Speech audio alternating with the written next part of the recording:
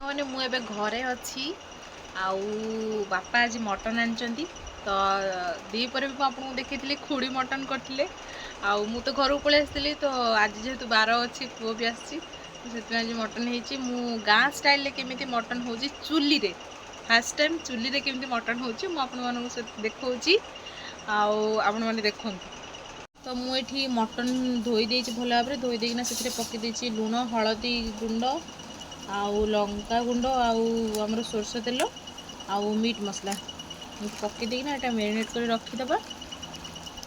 ତ ଏଠି ଆଳୁ ପୁରା ଭାଜି ହେଇଗଲାଣି। ଏବେ ଆଳୁ ଗୁଡ଼ା କାଢ଼ିଦେବା।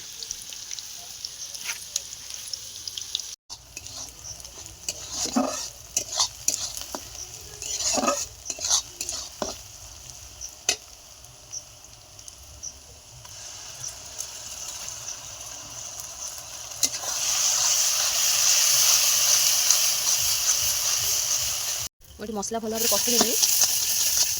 ଚୁଲିରେ ନା ବହୁତ ବଢ଼ିଆ ହୁଏ। ଆକ୍ଚୁଆଲି ବହୁତ ଦିନ ପରେ ମୁଁ ଆଜି ଚୁଲିରେ ରାନ୍ଧିଛି। ଆଜି ଚୁଲିରେ ରାନ୍ଧିଲେ ମାନେ ପ୍ରତ୍ୟେକଟି ଜିନିଷ ବହୁତ ଭଲ ହୁଏ ଆଉ ତା'ର ମାନେ ଟେଷ୍ଟ ବି ଗୋଟେ ଅଲଗା ପ୍ରକାର ଟେଷ୍ଟ ଆଉ ସ୍ମେଲ୍ ବି ବହୁତ ବଢ଼ିଆ।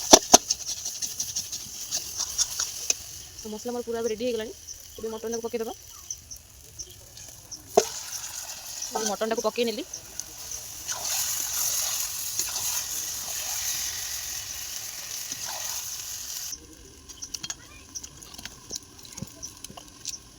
ଏମିତି ଟିକେ କରିଦେଲେ ଜାଳଟା ଭଲ ଜଳେ। ମୋତେ ଆକ୍ଚୁଆଲି ଚୁଲିରେ ଜାଳିବା ପାଇଁ ଭାରି ଭଲ ଲାଗେ କିନ୍ତୁ ମୁଁ ଜାଳିପାରେ ନା। କିନ୍ତୁ ମୁଁ ଚେଷ୍ଟା କରେ ଜାଳିବା ପାଇଁ, ନିହାତି ମୁଁ ଚେଷ୍ଟା କରେ। ମୋତେ ବଢ଼ିଆ ଲାଗେ ଜାଳିବା ପାଇଁ ଚୁଲି।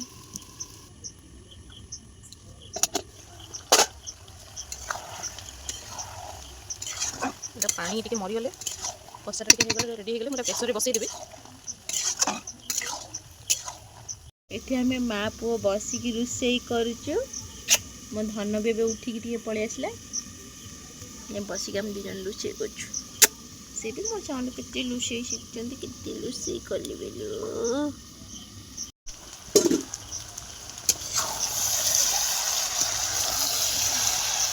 ମୋର ଏଠି କଷା ପୁରା ରେଡ଼ି ହେଇଗଲାଣି। ଏବେ ତା କୁକରରେ ବସେଇଦେବା।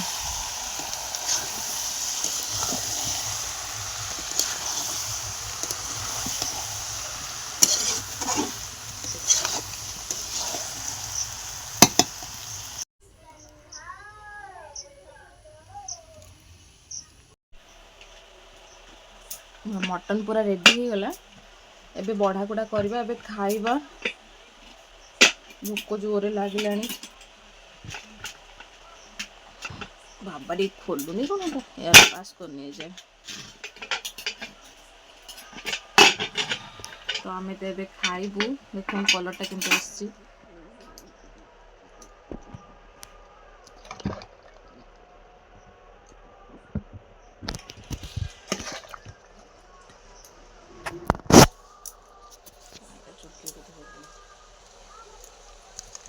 କଲର୍ଟା ବି ବହୁତ ବଢ଼ିଆ ଆସିଛି।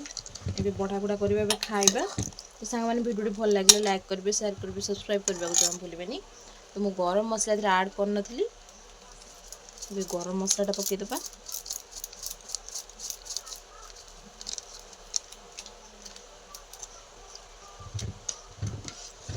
ତ ରହିଲି, ଜୟ ଜଗନ୍ନାଥ, ଗୁଡ୍ ନାଇଟ୍।